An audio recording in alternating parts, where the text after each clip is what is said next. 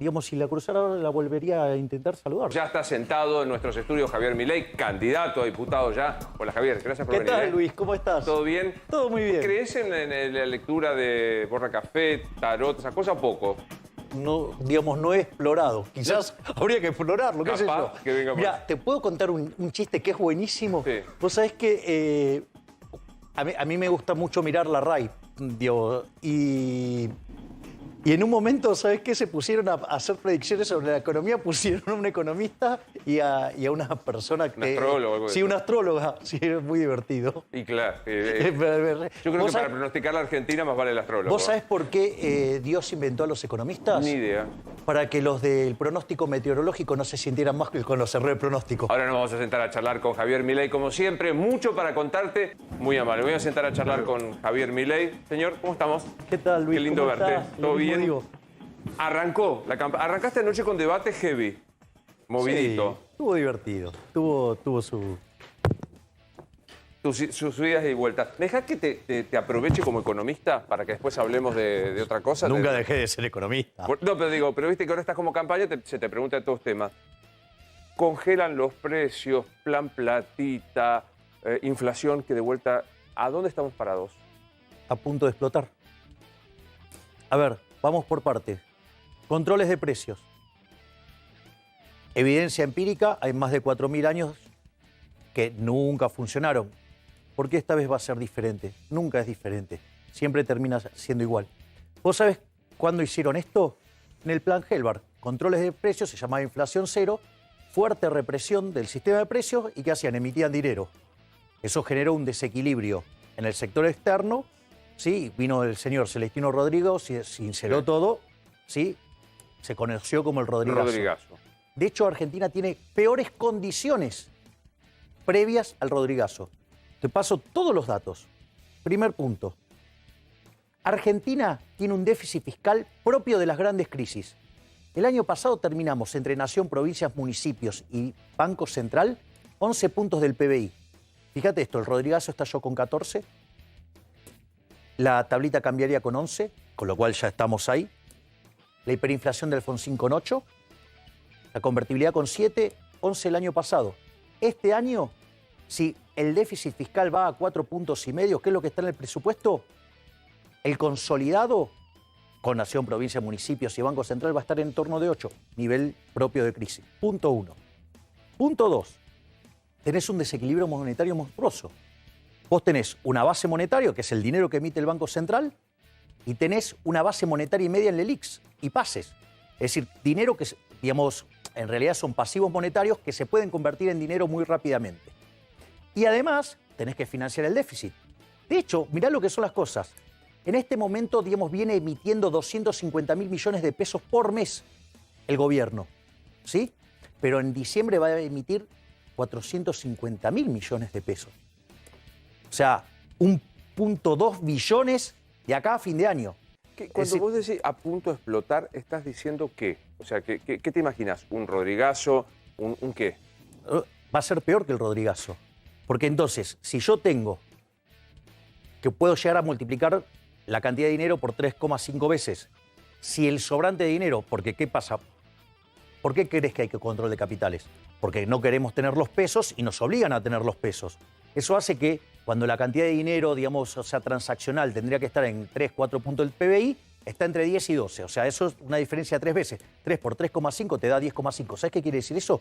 Que la inflación abajo de la alfombra es de 950%. Después tenés el mercado de cambios. Tenés una montaña de regulaciones que hace que el Monte Everest parezca el Monte Pigmeo. Y en ese contexto tenés una brecha de cerca del 100%. No es que en Argentina faltan dólares, como dicen los ignorantes. En realidad, sobran un montón de pesos. Guardados, atesorados en cada uno de nosotros. Entonces, ¿cuál es el gran problema? Que con este desequilibrio monetario vos no podés convivir. ¿Qué es lo que hace este gobierno? Este gobierno financia el déficit fiscal con emisión monetaria. Entonces te tira más pesos. ¿Y cuál es el problema? Que resuelve el problema de que se te van al dólar con más controles. Entonces, ¿qué hace? Te agranda, la brecha es una forma de medir el exceso de demanda, ¿no? Digo, porque claro, a ese precio hay más gente que quiere comprar que la que quiere vender. Y eso tiene una consecuencia en la economía, el exceso de oferta. ¿Qué quiere decir esto? que en el mercado de bonos el precio de los bonos es muy bajo, la tasa de interés muy alta. De hecho, el riesgo país en la punta corta es 2000. O sea, no solo eso impacta negativamente sobre la inversión de la economía y hace que se te fugue el ahorro. Por lo tanto, digamos, eso te va a terminar tarde o temprano pegando en actividad. Eso te va a generar que no crezca la demanda de empleo y la gente sigue reproduciéndose, por lo tanto, se te genera desempleo, caída del salario real. El salario real está en los niveles del 2004. Entonces, y si vos seguís haciendo esto, o no te bancás la tensión social y tarde o temprano devaluás, o abrís y explota. O sea que si no haces nada, explota. Si vos querés hacer lo que quiere hacer el gobierno, que es ponerse más activo con la política fiscal y financiarlo con emisión monetaria, es decir, es todavía muchísimo peor. Y si haces lo que tenés que hacer, que es poner las cuentas fiscales en orden, ¿sabés cuál es el problema? Que como este gobierno no es creíble porque carece de reputación, va a ser profundamente recesivo el ajuste. Pero ¿cómo salís? O sea, digamos, porque Alberto Fernández puede hacer algún ajuste, algún cambio. ¿Está en condiciones políticas de hacerlo? No, es que se debería olvidar de ser político.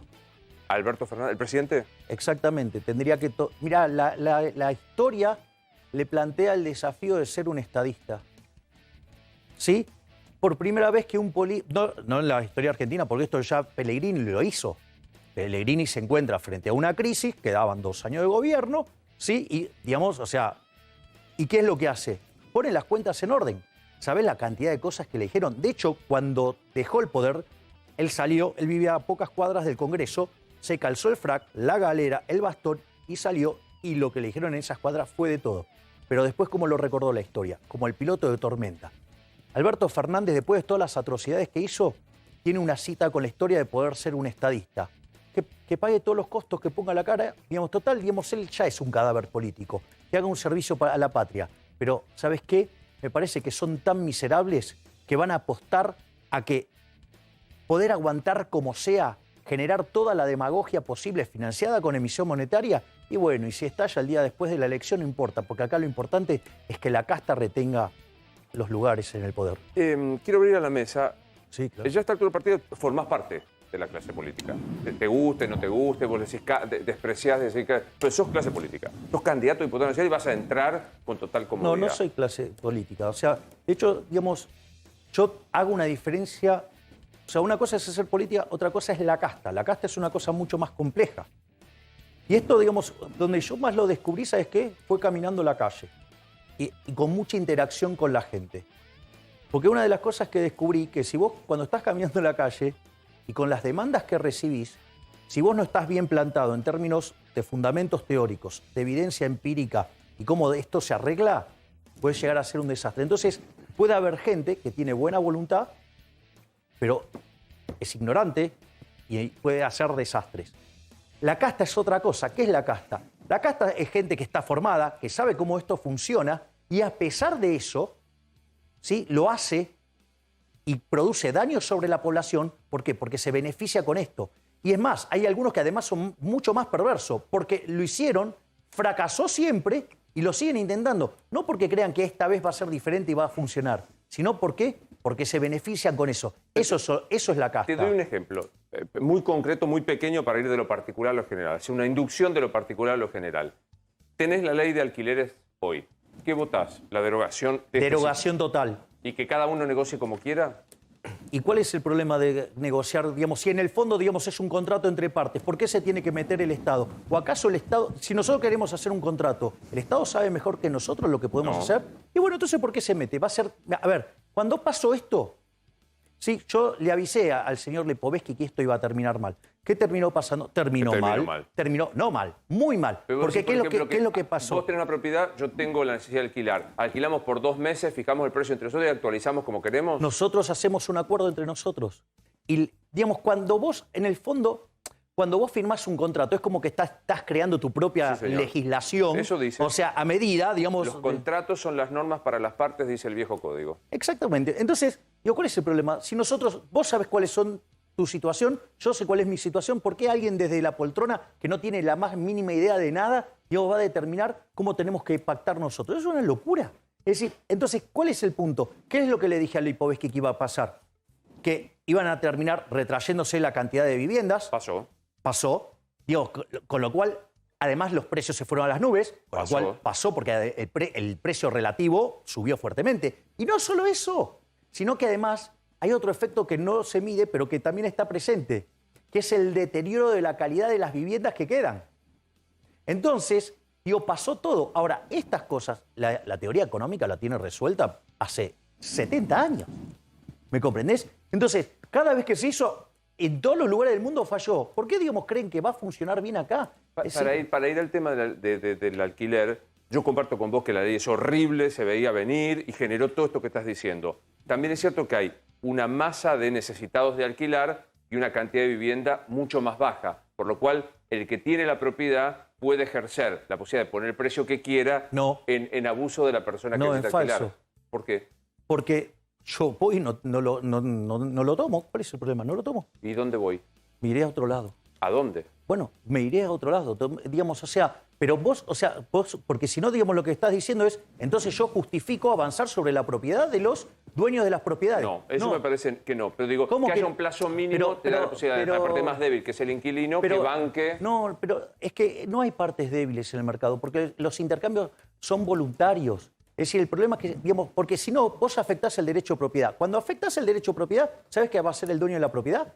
Se va a retirar. O sea, vas a terminar generando daños. Es el mismo problema que los controles de precios. Cuando vos controlás los precios, es un avance sobre el derecho de propiedad. Es como la ley de alquileres. Es un avance sobre el derecho de propiedad. La ley de góndolas. Es un avance del derecho de propiedad. Y cuando vos vas contra el derecho de propiedad, ¿sabes qué? Digamos, porque esto es lo importante, que es lo que no saben, no solo los políticos, muchos economistas no lo saben.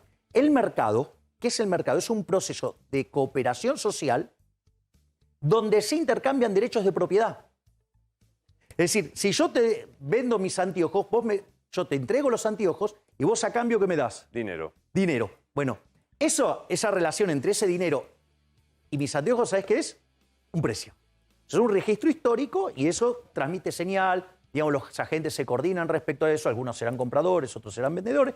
Y si hay diferencias entre oferta y demanda, sí, digamos, se ajustan los precios. Ahora, si vos tenés un problema de que te faltan, digamos, viviendas, la única forma que vas a corregir que eso pase es con la señal de precios, que es lo que va a inducir a que la oferta crezca. Es decir, pero acá el problema es que, bueno, no creen, digamos, en el mercado, porque lo que no terminan de entender, que el mercado somos todos, interactuando y cooperando. Está claro. Salvo que sea a punta de pistola, pero eso ya no es mercado, eso es Estado. Sí, Nacho. Sí, Javier, tuviste un fuerte cruce con Miriam Bregman en el debate, de hecho ella no te saludó ni antes ni después, y se dio una situación con respecto a tu posición con el tema del aborto, que vos dejaste una frase que fue polémica, por eso te la quiero consultar. La única forma en que avalo el derecho al aborto es con riesgo de vida de la madre, porque hay un conflicto de propiedad. ¿Qué quisiste decir con lo del conflicto de propiedad? A ver, vamos por partes. Que yo tenga discrepancias ideológicas con alguien, me parece que no amerita ser maleducado. Yo intenté saludarla al inicio e intenté saludarla al final. ¿Te diste cuenta en el momento que no te había saludado? No, sí, me di cuenta, pero nada, entendía que en la primera parte podía estar enojada o algo por el estilo, y que bueno, después del debate, digamos, o sea, quizás se le pasaba y intenté, digamos, y luego, digamos, si la cruzara la volvería a intentar saludar. O sea, porque, digamos, que yo tenga discrepancias ideológicas con alguien, digamos, o sea, no, digamos, bueno, de hecho tengo una excelente relación con el señor y no pensamos precisamente igual. Ese es el primer punto, o sea, con lo cual, no importa, digamos, o sea, si me la volviera a cruzar, voy a volver a intentar saludarla, no tengo problema, es un problema de otra índole. Respecto, digamos, a mi posición del aborto, yo, digamos, las fundamento desde tres lugares. Desde un lugar ideológico, ¿sí? Desde el liberalismo, lo hago desde un lugar biológico y lo hago desde un lugar matemático. Desde el lugar del liberalismo el liberalismo es el respeto irrestricto del proyecto de vida del prójimo, basado, esto es muy importante, en el principio de no agresión y en defensa del derecho a la vida, la libertad y la propiedad. Como en el plano de la biología se determina que la vida comienza con la concepción, Y en la visión matemática, vos tenés dos saltos discretos a lo largo de la vida. La vida es un continuo, pero tiene dos saltos discretos. ¿Uno cuál es? La concepción. Sí. Y la otra es la muerte. No es así, pero bueno, te sigo. Bueno, ¿Cuándo te morís? ¿Cuándo te morís? ¿Cómo? ¿Cuándo se muere una persona? Cuando dejaste de respirar. No. Bueno, La ley argentina dice que te morís con el electroencefalograma chato, aún Bueno. con actividad vital. No, Por bueno. lo cual, si la vida está bien. termina con el A ver, electroencefalograma... te hago una pregunta. ¿Esa definición es biológica o de un abogado? No es biológica. No, ¿cómo Porque que? la ¿Cómo? actividad No, no. cerebral no es biológica. Ah, no, la bueno, vos, actividad digamos, o sea, cerebral que bueno. no admite... No, la muerte cerebral no permite más la vida de una persona en tanto persona. No, bueno, está bien, digamos. O sea, vos creés que, donás digamos... órganos? ¿Qué? ¿Vos donás órganos? Si, digamos, o sea, yo no estoy de acuerdo con la donación, digamos, de órganos si es obligada por el Estado. No, si es voluntaria, sí. Si es, Pero si donás órganos, hay actividad vital, hay actividad celular. Y a nadie se le ocurre que quien le ablacionan las córneas está matando a una persona. ¿Por qué? Porque la muerte se produce no con el último acto celular, sino con digamos, para mí el salto discreto es cuando, digamos, es el último acto celular. Porque vos no me estás haciendo una definición biológica. Vos me estás haciendo, me estás haciendo una definición, estás alegando a la ley. No, eso, pero la ley se basa en una discusión. Yo no quiero traer el aborto por una discusión que ya por suerte, para mi modo de ver, ha sido saldada por la ley. Bueno, y nadie obliga a nadie a abortar, digamos, está bien, nadie digamos, obliga o sea, a nadie a donar. Bueno, a ver, desde mi punto de vista, el salto discreto es cuando no hay más actividad de ningún tipo. Pero bueno, digo, o sea, y la ley te lo respeta. Bueno, entonces, en ese concepto, ¿sí? Para mí, digamos, la interrupción en cualquier momento intermedio, ¿sí? Es un asesinato agravado por el vínculo en el caso del aborto. Y ahí, digamos, yo tengo dos definiciones que las puedo hacer con dos ejemplos. La primera es la idea del avión. Yo soy dueño del avión, voy desde Buenos Aires a París y te invito, Nacho, a venir conmigo. Yo soy dueño del avión, ¿eh? Yo soy dueño del avión. Estoy en el medio del Atlántico, pasando, y ahora no quiero que vengas conmigo a Europa. Entonces te digo, bájate del avión. ¿Cómo vas a terminar? Muerto.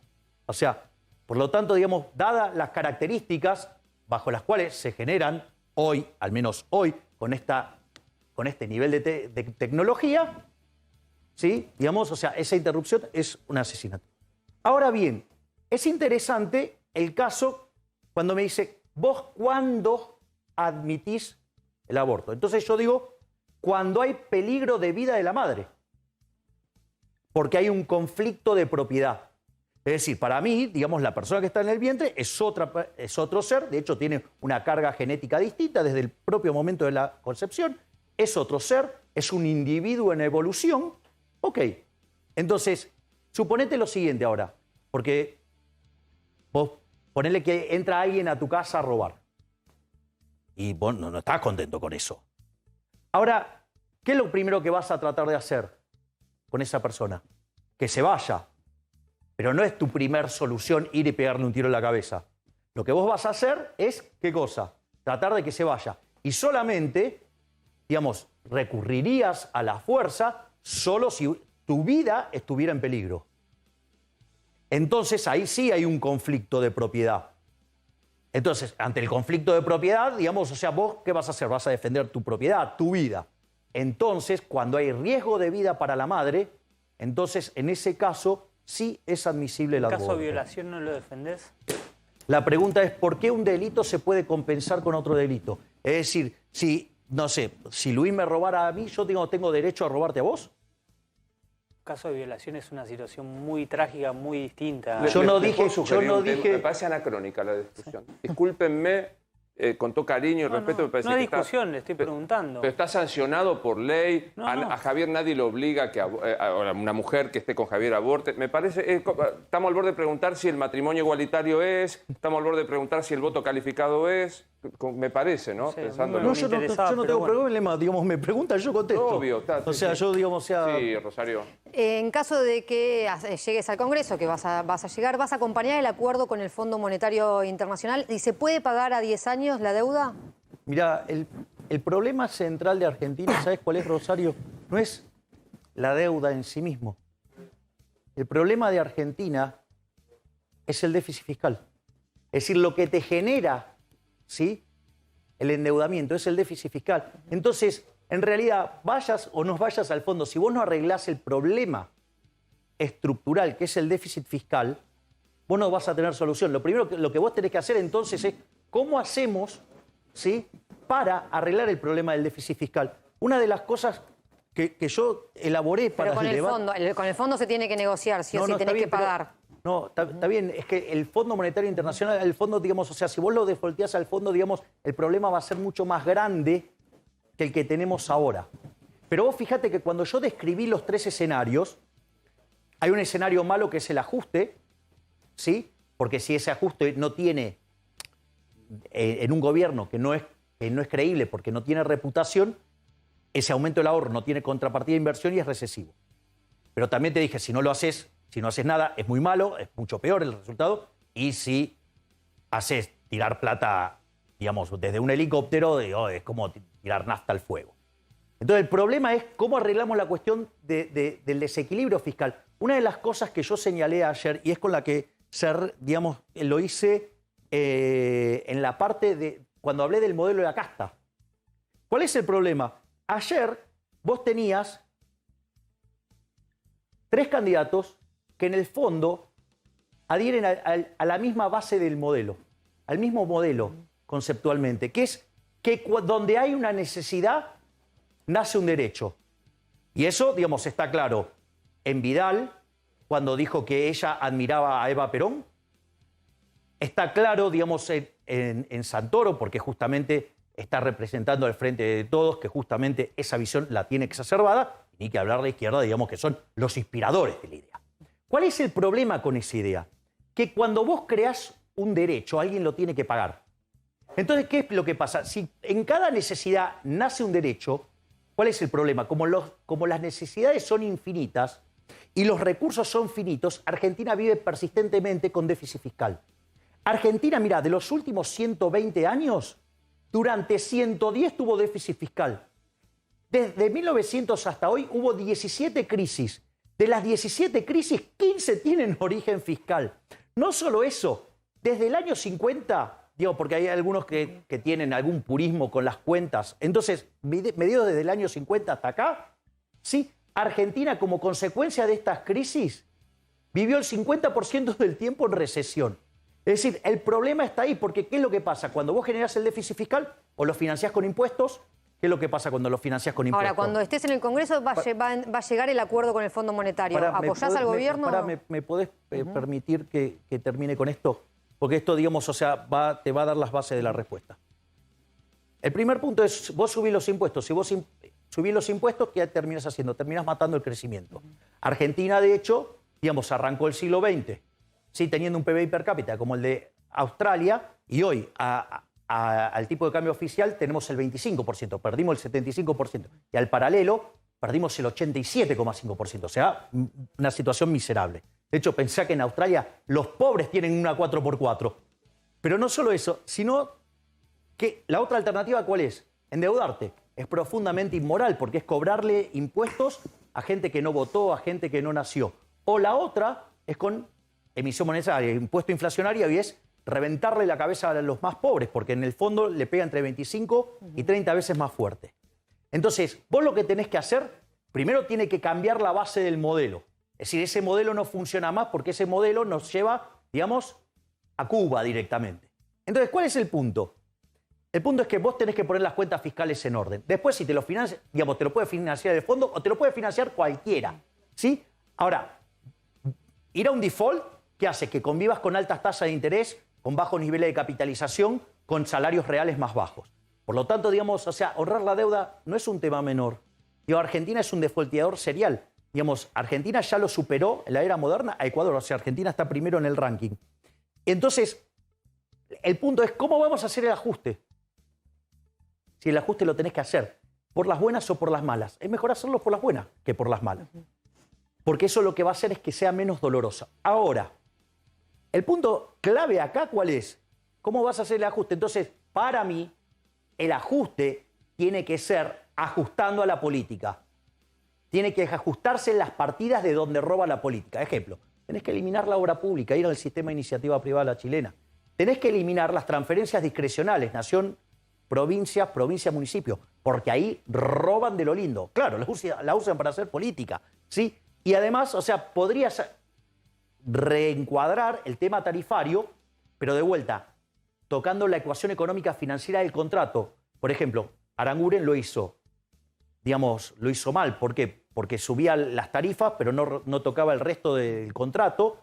Las empresas seguían siendo deficitarias y no te invertían. Vos lo que tenés que modificar es todo el contrato. Y no todo tiene que caer sobre los precios. El tema entonces es, si vos haces el ajuste que corresponde, porque si no la piña nos la vamos a pegar igual, digamos, el tema Fondo Monetario Internacional es intrascendente, porque hasta te podrías financiar en el mercado. El problema es que quieren hacer el ajuste y si van a hacer el ajuste, ¿a dónde lo van a hacer? Porque si hacen el gran acuerdo nacional, ¿sí? ¿Qué se va a juntar? ¿La reta con el kirchnerismo? ¿Sabe cómo termina eso, no? Ajuste de vuelta sobre nuestro bolsillo, porque la reta, digamos, es el campeón de subir los impuestos y no de bajar el gasto. Última breve de Martín, por favor. Ayer se conoció el crimen de Lucas Cancín, un chico en Quilmes cuando iba al colegio. Y sobre esa noticia, José Luis Espert, candidato de un espacio similar al tuyo en la provincia de Buenos Aires, tuiteó bala, creo yo en referencia a la pena de muerte. ¿Vos estás de acuerdo con la pena de muerte para algunos delitos? No, yo no estoy de acuerdo bajo ningún punto de vista con la pena de muerte. Mi posición respecto a esto en economía se estudia en un campo que se llama Law and Economics. ¿Sí? Es un campo que nació a partir de 1968 con un artículo de Gary Becker que se llama Crimen y Castigo, cuando él estaba dando clases en la Universidad de Columbia, en Nueva York. Y básicamente en Nueva York se venía aplicando lo que acá llamamos la doctrina Zaffaroni, por decirlo de alguna manera. Entonces decía, mirá, acá le estás bajando tanto el costo a la delincuencia que la vas a hacer volar por los aires. Y efectivamente en los 80s, digamos, Nueva York era la ciudad más peligrosa del mundo. ¿Cómo lo resolvió Giuliani? Entendiendo la lógica del crimen como una decisión económica. Es decir, cuando vos le aumentás el beneficio esperado a una actividad, esa actividad crece. Ahora, eso entonces tiene, digamos, toda una lógica de cómo vos lo vas a combatir. Pero recordá que así como a Nacho yo le definí el liberalismo como el respeto irrestricto del proyecto de vida del prójimo, basado en el principio de no agresión, y el primer derecho que rescato en la tradición de John Locke, ¿cuál es? La vida. Bajo ningún punto de vista estoy a favor de la pena de muerte. Es decir, ¿cómo voy a ir, digamos, o sea, no sé, ponerle la pena que quieras, hacer, digamos, que sea de cumplimiento, lo que fuera, pero no con la vida. ¿Vas a hacer bloque propio o vas a ser aliado, vas a tener un interbloque con alguien? Mira, yo, no, digamos, o sea, hay personas con las cuales tengo afinidad natural. Es decir, yo puedo tener mis diferencias, por ejemplo, con José Luis. Sí, ¿y cuál es el problema? O sea, los liberales, o sea, tenemos distintas posiciones. O sea, no todas las posiciones son homogéneas. De hecho, José Luis es un liberal clásico. Yo soy un minarquista en los hechos y un anarcocapitalista filosóficamente. Digamos, ahora, respecto al resto, estoy mucho más cerca, digamos, de lo que es para mí el modelo colectivista. Por lo tanto, en ese sentido, digamos, o sea, yo no tengo problemas. Igual recordá esto. Mi concepto es un concepto de índole moral. Es decir, hay cosas que no voy a hacer, por ejemplo, subir los impuestos, no voy a crear nuevos impuestos, jamás voy a ir contra la vida, la libertad y la propiedad. Y todos los proyectos, digamos, yo, digamos, participaré, enviaré o lo que fuera, pero siempre desde una perspectiva moral. Fíjate que mi principal crítica al Banco Central no está en lo técnico, está en lo moral. ¿Por qué? Porque la inflación, en el fondo, ¿sí?, es un robo, es una estafa. Y eso, desde lo moral, está mal, porque vos estás a favor del robo, no.